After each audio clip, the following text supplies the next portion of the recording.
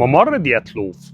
القصة دي مش قصة أسطورية، دي قصة حصلت وموثقة 100%. سنة 1959 9 شباب طلعوا رحلة تسلق جبال الأورل، وبعدها اختفوا تماما. وبعد أيام فريق الإنقاذ لقى الخيم بتاعتهم متقطعة كلها، بس التقطيع ده كان من الداخل، ومعناها إن هما كانوا بيهربوا من حاجة. وبعد كده لقوا جثثهم في مساحات واسعة متقطعة ومتكسر عظمهم كله. الحكومة قالت إن اللي حصل ده كان بسبب انهيار جليدي، بس العلماء كان ليهم رأي تاني وما كانوش مقتنعين بالتفسير ده.